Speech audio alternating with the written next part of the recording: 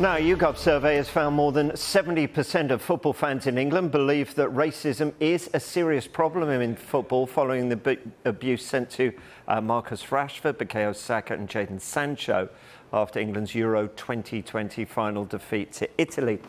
In the survey conducted since that final, they found that 71% of those questioned thought racism was a serious problem.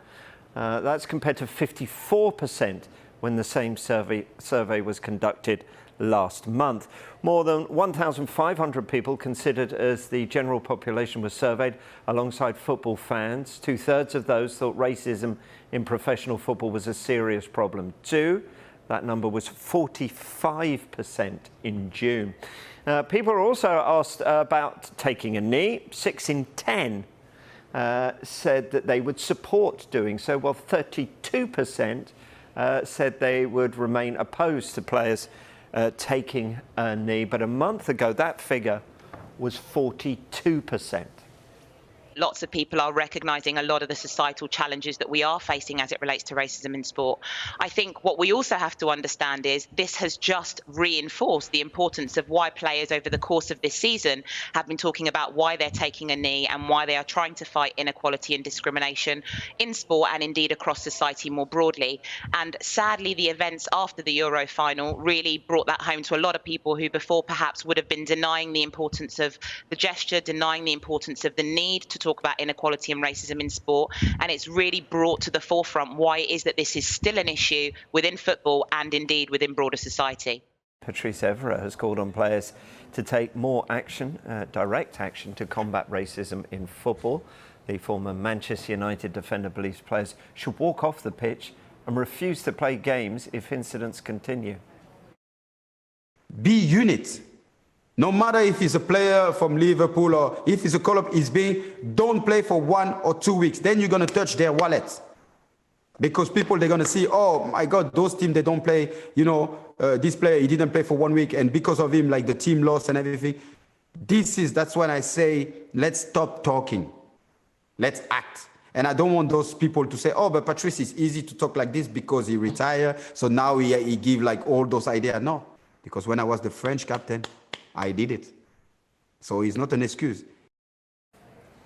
Well, Evra has also hit out at social media platforms for not doing more to combat the discriminatory abuse, such as that directed towards Marcus Rashford, Bukayo Saka and Jadon Sancho this summer.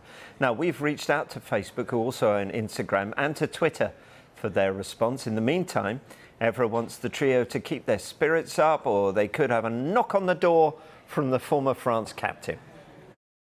First of all, if they give up, I'm going to where they live and to kick their butts. And I stay polite.